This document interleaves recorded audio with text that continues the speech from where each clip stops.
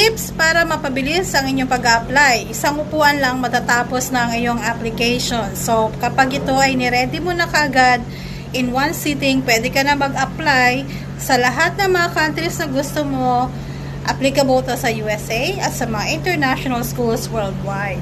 Make sure na i-save nyo tong video na to para hindi nyo makalimutan. I-share nyo rin sa mga friends nyo na interesadong magturo sa ibang bansa. Okay, pare-pareho lang naman ang initial na requirements kung mag-a-apply ka sa USA o kaya sa international school, kahit anong bansa pa yan.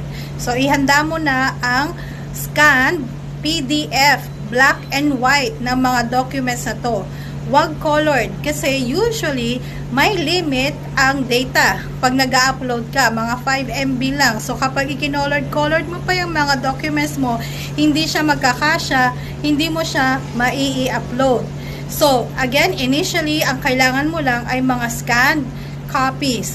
Pag nandun ka na sa country na yon, depende rin sa requirement ng visa, tsaka ka lang magpapasa ng mga original na document. Pag meron ka ng scan ng mga documents na to, make sure na i-save mo yan sa isang folder sa iyong Google Drive. Hindi na uso ngayon ng mga flash drives or memory stick. Kapag nasa Google Drive, kahit nasaan ka pa, pwede mo siyang ma-access, diba? Kapag nasa isang folder lang, mabilis lang siya upload, submit applications. Scholastic records, bachelor's degree, kung may master's degree ka, isali mo yan, o kaya PhD. Ano yung scholastic records? Transcript of record at ang iyong diploma.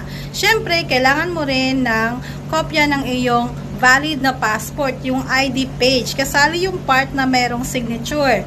Siyempre, kailangan mo rin ng birth certificate, marriage certificate, kung kasama mo yung asawa, birth certificates ng iyong mga anak, kung isasama mo rin sila. Kung mag-a-apply ka sa United States, lalo na kung ang visa mo ay J1, sa H1B hindi naman ito hinahanap talaga, kailangan mo rin ng scan ng iyong driver's license. Sa international schools, hindi mo kailangan ng driver's license. Next, kung mag-a-apply ka sa United States, kakailanganin mo ng foreign credential evaluation. Sa international schools, hindi ito kailangan. Kailangan mo rin ng scan ng iyong Certificate of Employment. Doon i-compute yung sweldo mo. Doon din nila malalaman kung eligible ka ba mag-apply kasi may required na number of years of relevant teaching experience. Para sa United States, sa international schools, kahit anong country pa yan, kailangan meron kang at least 24 months na relevant teaching experience full-time as a classroom teacher. Kailangan mo rin ng patunay na ikaw ay qualified na magturo. Yan ang iyong teaching license. Make sure na valid yan. Kung mag-a-apply ka sa United States sa J1 visa, hindi to kailangan sa H1B, kailangan mo rin ng scan ng mga proof of home ties. Yan yung proof ng iyong bank statement. Hindi mo kailangan pumunta sa bangko. Yan yung mga transactions mo, yung withdrawal, deposits. Kailangan mo rin ng titulo ng iyong mga properties. Pwedeng bahay at lupa, business, kotse. Kung wala ka na mga yan, pwede mo rin naman ipasa ang proof ng loan. O, diba, kung taga London ka, may pakinabang yung loan mo. I-scan mo rin yung iyong statement sa iyong credit card. Kung may loan ka sa mga bangko, pwede mo rin yun i-scan.